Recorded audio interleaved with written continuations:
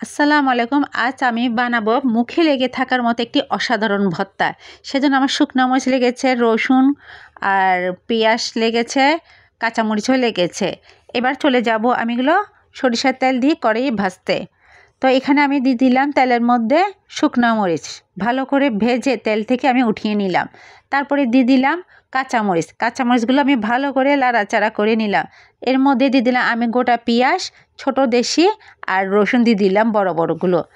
তারপরে এগুলো ভালো করে আমি লাড়াচাড়া করে এগুলো আমি তেল থেকে উঠিয়ে নিলাম। দেখতেই পাচ্ছেন কালারটা কেমন চেঞ্জ হয়ে গেছে।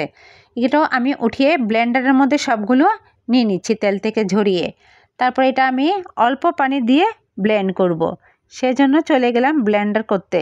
এই যে অল্প পানি দিয়ে আমি এটা ব্লেন্ড করে নিলাম। ব্লেন্ড করার পরে আমি আবার যে তেলটা রয়েছে সেই তেলের মধ্যে সেই কড়াইয়েই আমি আবার রান্না করলাম। ব্লেন্ড করা ভর্তাটা আমি এখানে ঢেলে দিলাম। তারপর দিয়ে দিলাম স্বাদ মতো লবণ। আমি এখানে আধা চামচ লবণ দিয়ে দিয়েছি। পানি শুকিয়ে গেলেই হয়ে গেল আমার স্পেশাল মরিচ ভর্তা। তারপর ভর্তাটা আমি একটি বক্সে রেখে দিলাম।